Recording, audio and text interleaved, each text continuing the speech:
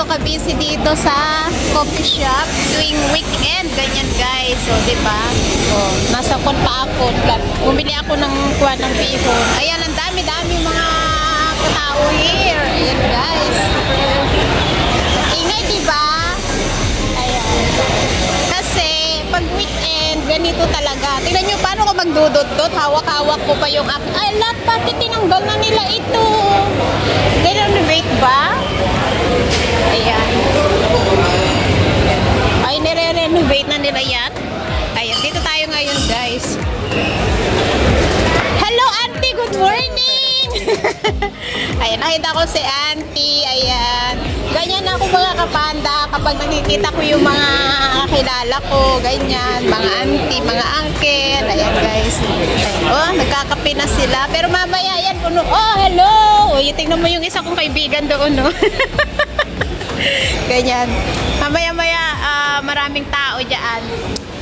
Anyway, ayan, ito yung... Ayan, nakaluto na sila, pero mas maraming bumibili doon sa kabila. Ayan. Uwi na tayo, gawa ng anong oras na, mag-11 na. Pero upo muna ako saglit, tapusin ko muna yung mga may premiere para makadot-dot ako. Tapos, chika-chika, ganun. Pag makita ko na naman yung aking kaibigan, ayan. Tingnan nyo, ayan yung place ko. Diyan ako nakatira, then bumababa ako tuwing umaga. Dito ako pumupunta sa may coffee shop. Ayan guys, so tara na. Ibong lumilipad. Ayan, lalakad tayo. Ay, may kun pala ngayon. Kaya pala kahapon yung amo ko is nag-alay, nagdasal ba? Ayan, may nagsusunog. Ayan guys. Ayan, hindi na tuloy ako nakadudot. Ayan. kay Kabsat Adoration tsaka kay Sir Darren. Ayan, dalawa sila. So, ayan guys. Alam niyo, upo muna ako, magtatambay, saglit. Tapos nakataas na naman yung paa ko dito sa baba. Kaya yung isang YouTuber, sabi niya sa akin, nakikita kita lagi dyan sa baba. Tambayan ko yan. Huwag lang sanang make one. May mga nagpapatugtog, lakas-lakas ng tugtog minsan nung si Uncle. Ayan guys, dyan. Doon tayo galing. Pero uwi ako, doon ako sa dulo. Ayan, thanks for watching everyone and God bless. Just a quick update lang ito. Ayan, tapos na pala ito.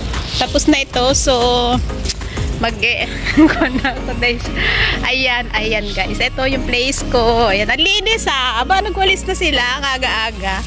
Ayan. Thank you for yung mga suporta. Ayan, doon na ako sa dulo. Yan yung place ko. Ito yung car park. Tapos ito yung building ko. And then sa baba is a coffee shop. So very convenient yung place ko here. Tapos malapit pa yung supermarket. Ayan, MRT, bus station, taxi stand. And malapit-lapit lang din dito sa amin. So it's a walking distance. So very convenient yung place here.